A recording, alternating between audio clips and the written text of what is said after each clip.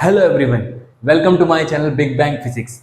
Today we are diving into most fundamental concept of physics, Newton's law of motion.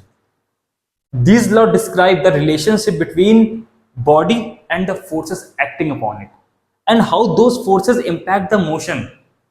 Whether you are learning it first time or just brushing the basic concept, this is video for you. Let's get started.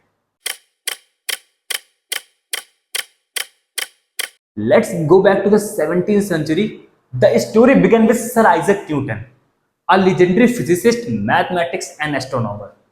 He described three laws of motion in his book in 1687. These are the fundamental laws because they describe the basis of classical mechanics, the physics which deals with the motion of an object under the influence of forces.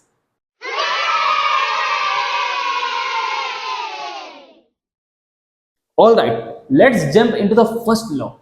Newton's first law of motion is also known as law of inertia. It states that when a body at rest remain at rest and the body in a motion continues motion at a constant velocity unless acted upon by an external force. In simple terms, if there is no net force acting on an object, then its velocity is constant. So if object is sitting still, then it won't move unless we apply an external force. Vice versa, if something is moving, it won't stop unless we apply the external force like friction or any other object.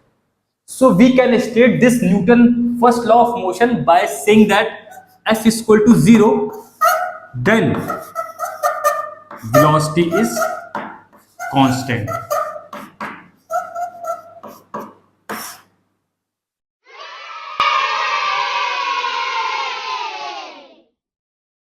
Next up, the Newton law of motion.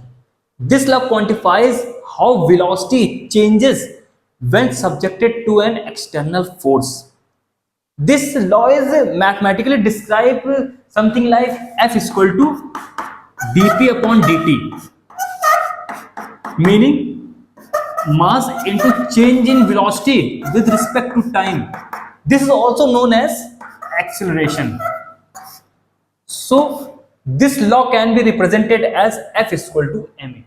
In other words, F is equal to mass time acceleration, meaning acceleration is directly proportional to the force applied on it and acceleration is inversely proportional to the mass of that object. Let's have a quick example. Let's assume if we apply a force of 10 Newton on two bodies, one have mass of 5 kg and other has a mass of 10 kg. Then the acceleration, which is F upon m of first object and second object, will be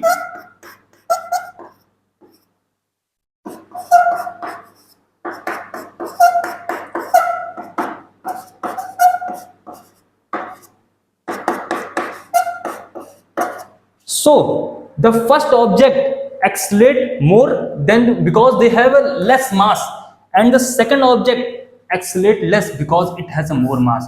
So we can say that acceleration is directly proportional to the force and inversely proportional to the mass.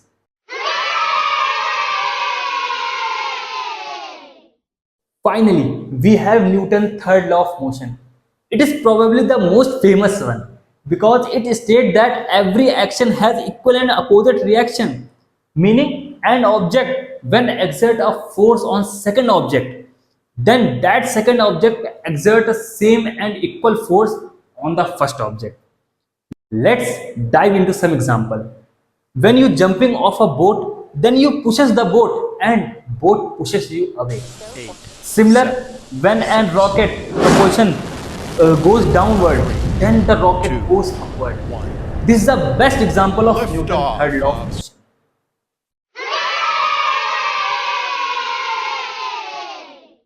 Let's take a quick recap.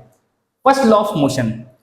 It states when force is 0, then velocity is constant. And the second law of motion, when there is force, then acceleration is directly proportional to that force, and acceleration is inversely proportional to the mass. So we can say F is equal to ma. And the most interesting one, Newton's third law of motion, it states action reaction. Hope you enjoy this video. Please like and subscribe.